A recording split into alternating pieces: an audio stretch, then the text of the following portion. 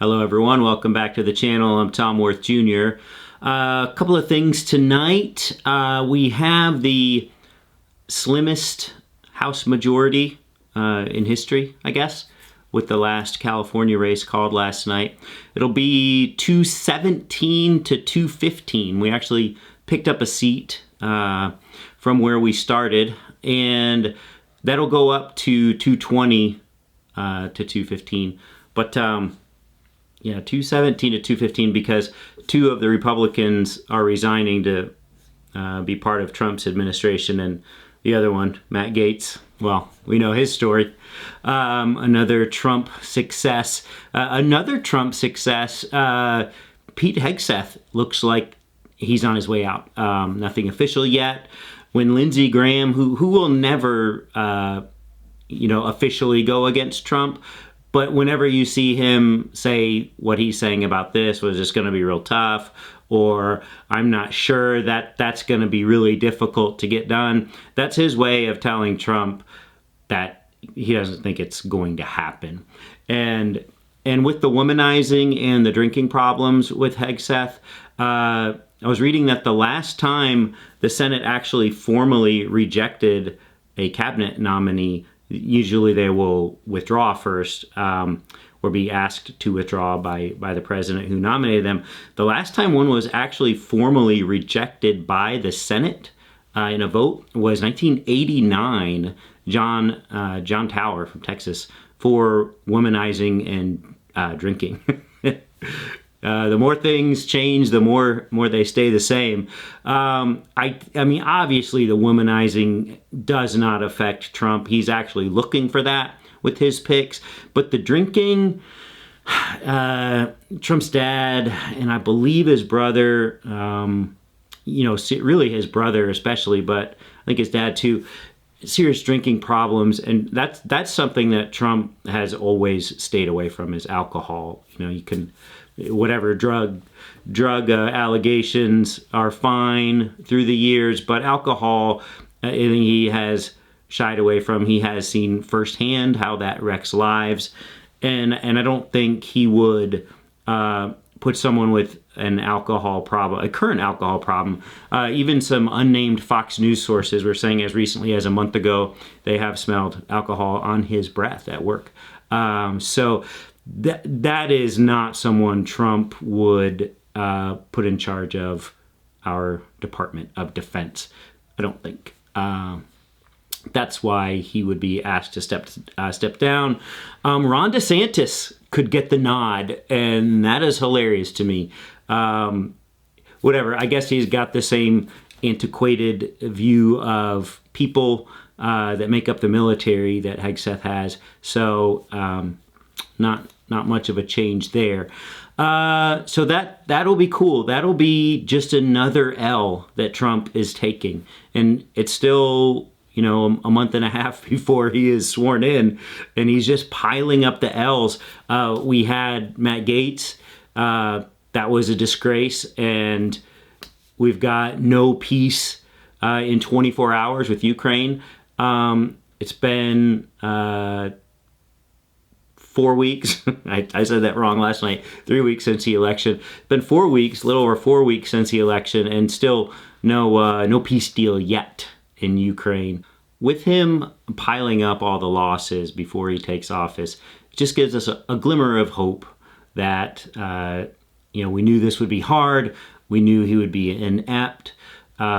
Just the seat of the pants way of operating that he's always done, it's going to utterly fail. I have been really worried, as have been many, that he learned lessons the first time around with how to get things done, and that his people were really studying this. But what I did not account for is that it's 4 years later now, and it's 8 years later than when he first took office. And the effects of his mental deterioration, his cognitive just destruction that's taken place over these 8 years, it's very, it's going to hinder him from getting anything at all done, I think, because if you've ever dealt with people who are, losing that capacity or those capabilities, they can become quite intransigent and, just way beyond stubborn. There's no telling them anything. And especially someone like Trump, who you've never been able to tell anyone anything his entire life. Well, now you add on this, this deterioration, and I just don't know that they're going to be able to get anything done around him.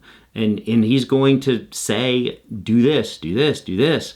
And they're not going to be able to do it. He can't just name a person like he thinks he can.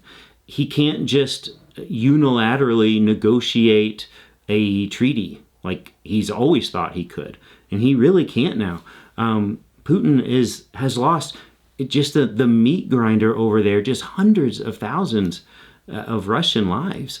And these oligarchs over there that he gets all his money from, they've lost billions of dollars from all the sanctions over the last going on 3 years now.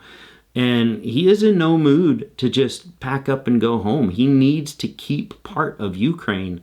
And I don't think Ukraine, we know they're not up for it, but now that Biden's kind of taken some of the guardrails off and letting him use the full arsenal of what we have given him and what others have given him, they're inflicting real damage. And Russia is really ratcheting this up now. I thought Putin might kind of stand pat until Trump took office and he could get things that he wanted, but that's still a month and a half away until Trump takes office. So it is a long, cold winter over there in Ukraine and in Russia, because Ukraine has the progress into Russia itself. That's what the North Korean troops are there for.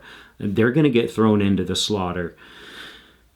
It's just really getting complicated in a hurry, and each day goes by. I'm not sure that Putin can wait another couple of months. Certainly not until spring. So I don't know. This is getting real interesting, as I said last night, and that's why I'm on here again tonight. Every day brings new developments. I never thought that Hegseth could get derailed, but it just happens real quick. And DeSantis isn't going to be any better, but he's at least competent.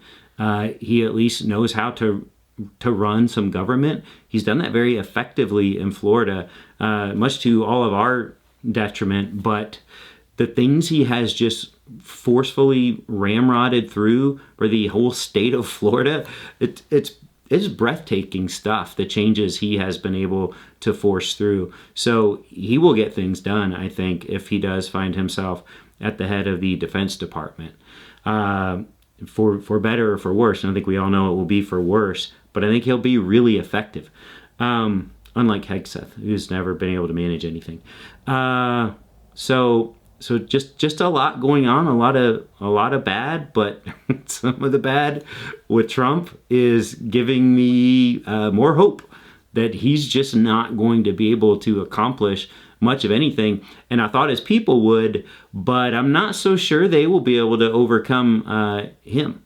So he's going to be his own worst enemy, and he's going to be their worst nightmare, because they have big plans, make no mistake. People like Stephen Miller and Steve Bannon and the entire Heritage Foundation, the Project 2025, they can't do that with a president who just is incapable of functioning. So we will see. That's it for tonight. I hope everyone has a good night, and we'll wrap the week up in just a few more days, and we'll see you later.